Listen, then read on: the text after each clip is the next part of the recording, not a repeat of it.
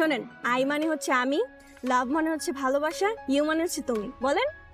ও, এটা তো খুব সহজ। আই লাভ ইউ মানে আমি তোমাকে ভালোবাসি। Good, very good. মইন, দেখো আশেপাশে কেমন ফাঁকা ফাঁকা লাগছে, তেমন কোনো বাড়ি ঘরও নেই।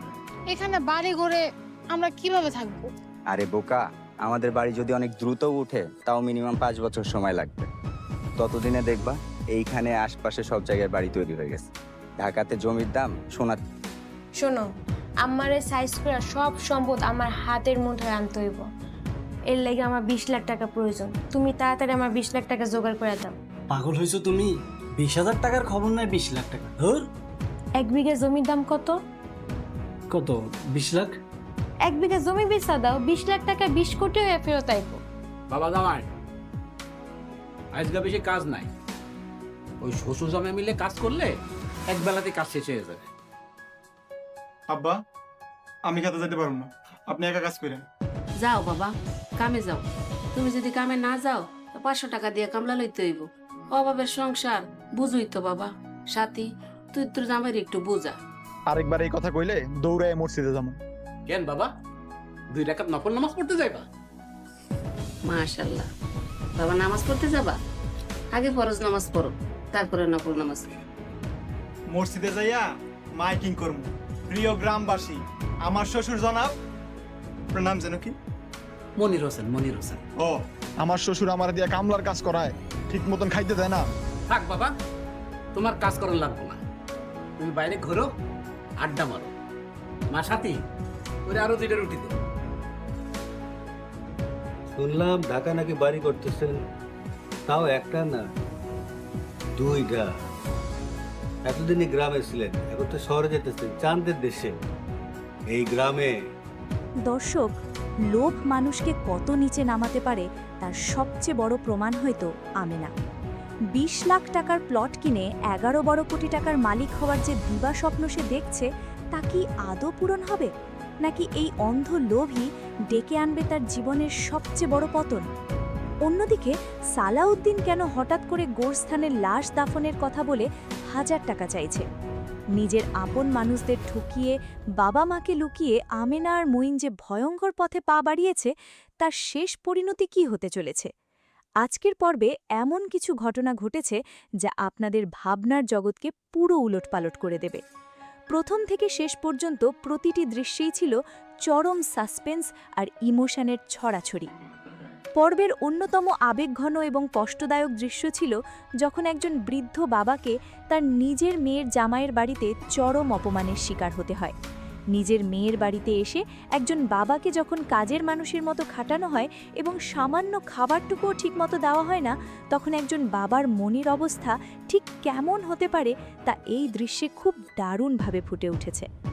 আত্মসম্মান বাঁচাতে যখন তিনি মসজিদে মাইকিং করে সবার সামনে এই অন্যায়ের কথা বলে দেওয়ার হুমকি দিলেন, ঠিক তখনই নিজেদের মান সম্মান বাঁচাতে তড়িঘড়ি করে তাকে 1 লাখ টাকা ধরিয়ে দেওয়া হলো। এই দৃশ্যটি আমাদের বর্তমান সমাজের এক রূঢ় ও নিষ্ঠুর বাস্তবতাকে চোখে আঙুল দিয়ে দেখিয়ে দেয়। আচ্ছা, আপনাদের কি মনে হয় না যে সমাজের অনেক জায়গাতেই আজ রক্তের সম্পর্কের চেয়ে টাকার মূল্য অনেক বেশি হয়ে গেছে? অন্যদিকে মুগ্ধ আর সুরাইয়ার মিষ্টি প্রেমের দৃশ্যগুলো নাটকের এই থমথমে পরিবেশের মাঝে একটা দারুণ প্রশান্তির বাতাস নিয়ে এসেছে। জগিং করতে গিয়ে সুরাইয়া যেভাবে মুগ্ধকে খুব সহজ করে ইংরেজিতে ভালোবাসার কথা শেখালো, দৃশ্যটা সত্যি অসাধারণ এবং অনেক স্বাভাবিক ছিল। তাদের এই ছোট ছোট খুনসুটি আর একে অপরের প্রতি যত্নশীল আচরণ দর্শকদের মন ছুঁয়ে গেছে। কিন্তু এই মিষ্টি প্রেমের আড়ালে কি কোনো নতুন ঝড় লুকিয়ে আছে? কারণ আমরা দেখেছি তাদের এই মেলামেশা হয়তো খুব বেশি দিন গোপন থাকবে না।